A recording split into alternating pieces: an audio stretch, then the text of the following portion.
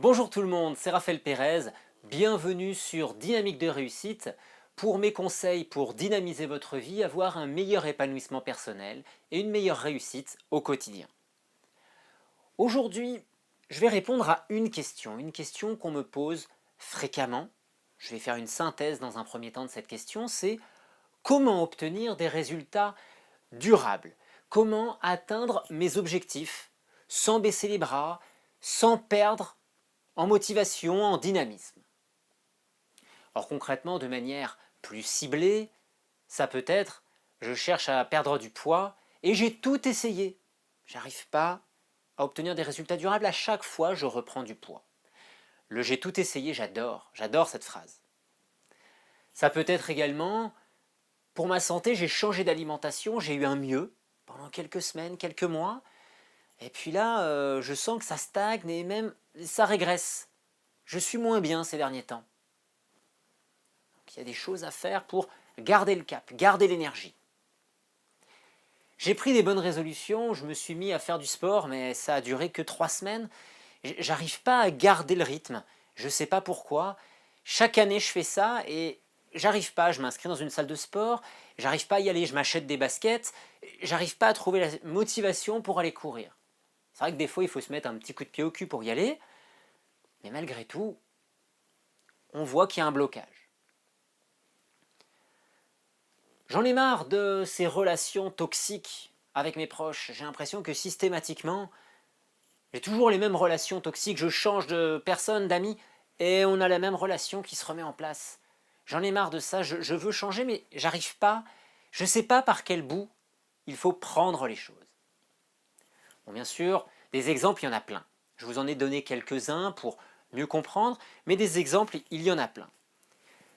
Ce que je vous conseille dans cette vidéo, je vais vous donner 2 conseils dans cette vidéo. Et ces 2 conseils vont tourner autour de cette phrase. Il faut semer. On récolte ce qu'on sème. Si je vous dis ça, ça peut vous paraître évident. Si vous voulez avoir des pommes dans votre jardin, il va falloir planter un pommier. Si vous voulez récolter des courgettes pendant l'été, il va falloir semer des graines ou planter directement des plants de courgettes. C'est évident. Et pourtant, 97% des gens n'ont pas ce comportement au niveau de leur état d'esprit dans leur quotidien. On voudrait avoir des résultats sans semer. On voudrait semer pendant quelques jours et se dire que tout va bien se passer. Si vous plantez vos courgettes ou que vous mettez votre pommier et que vous vous en occupez seulement pendant quelques jours, il va mourir. Vos plants de courgettes vont mourir, votre pommier va mourir. Ou alors ça va être des choses, il va être en survie. Et donc il va vous produire des fruits, quand je dis des choses, des fruits de mauvaise qualité. C'est simplement ça qu'il faut comprendre. On a besoin de semer et d'alimenter les choses. Pour notre vie, c'est la même chose. Alors concrètement, semer, qu'est-ce que cela signifie? Tous les jours, nous devons semer des graines. Semer des graines pour notre équilibre de vie, pour notre hygiène de vie. Je vous conseille, tout de suite maintenant, de réfléchir à qu'est-ce que vous allez semer comme graines. Vous pouvez couper cette vidéo en réfléchissant à qu'est-ce que je vais semer comme graines. Je ne sais pas quelle heure il est, là au moment où vous regardez cette vidéo, mais de se dire, voilà, pour ma journée, je vais semer telle graine, ou pour mon après-midi ou ma soirée. Je vais manger mieux. Je vais faire un repas sain. Par exemple, je peux vous dire, ce n'est pas dans cette optique-là spécifiquement, mais depuis un mois, tous les midis, je mange que des fruits, sauf une fois par semaine. C'est un repas sain. J'ai même pas à me poser la question de dire, il faut que je pèse. Voilà. Si je supporte le sucre, il n'y a aucun problème. C'est un repas sain, qui hydrate mon corps, en plus il fait chaud. C'est parfait. Ça peut être de se dire, je fais du sport aujourd'hui. On crée cette dynamique déjà. Je refuse ces relations toxiques, ces communications toxiques. À partir de maintenant, aujourd'hui, je prends la décision de m'occuper de ma partie de la relation. J'arrête de dire à l'autre, c'est de ta faute. Non, moi je perçois les choses de cette manière. Et je m'occupe de ma partie. Je peux vous garantir qu'il y a déjà assez à faire avec ça. Pourquoi est-ce que je vous dis de semer? D'ailleurs, vous pouvez partager avec les autres, mettre sous cette vidéo ce que vous avez envie de semer pour aujourd'hui, pour demain.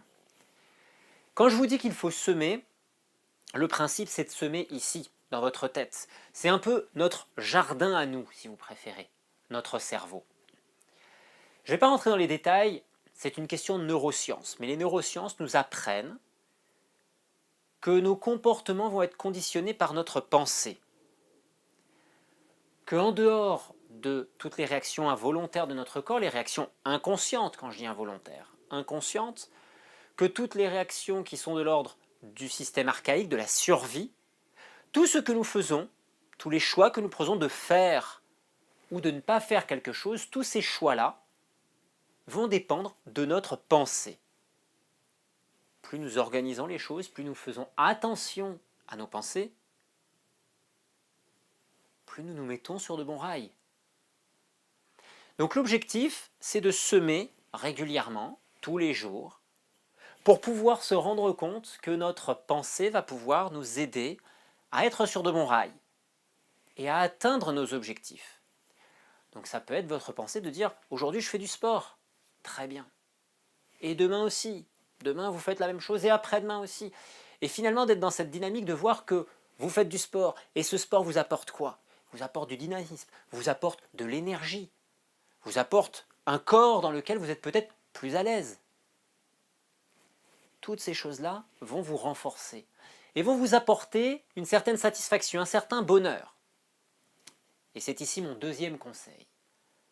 Et je vais reprendre ma phrase, on récolte ce qu'on sème. Bien sûr, on sème, du verbe semer. Mais on récolte ce qu'on sème, du verbe aimer, s'aimer. On ne peut pas prendre soin de son corps, prendre soin de soi, si on ne s'aime pas. Je ne parle pas ici de narcissisme, je parle simplement de s'aimer, d'apprécier ce que l'on est, d'apprécier ce que l'on fait, et donc d'y trouver de la satisfaction, du bien-être et du plaisir.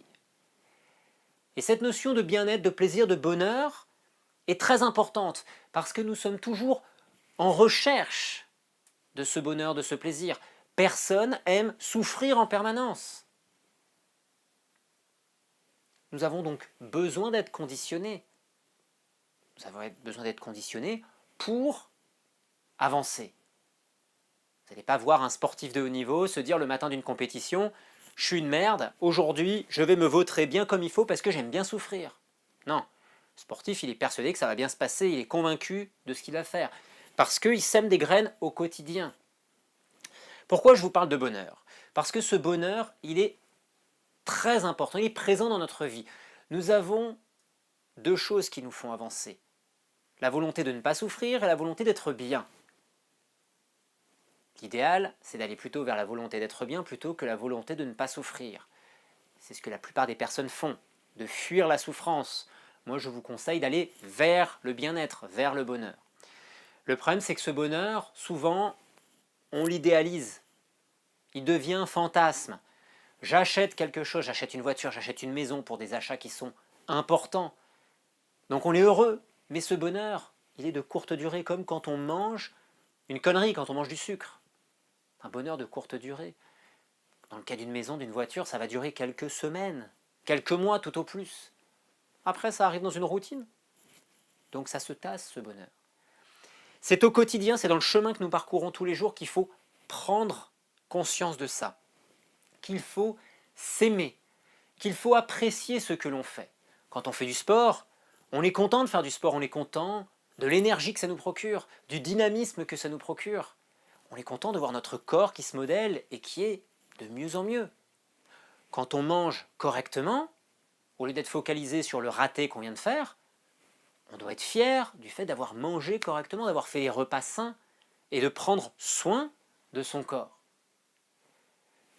Donc mes deux conseils du jour, pour résumer, pour garder cette motivation, ce dynamisme, c'est semer des graines au quotidien pour savoir ce que vous allez faire, pour visualiser, pour créer ce que vous allez faire dans votre hygiène de vie. Et ensuite, aimez ce que vous faites. On récolte ce qu'on sème. Semer et aimer. Et comme ça, vous allez arrêter d'entretenir ce que 97% des gens font en permanence, d'être focalisés sur ce qui ne marche pas. Semez et aimez ce que vous faites.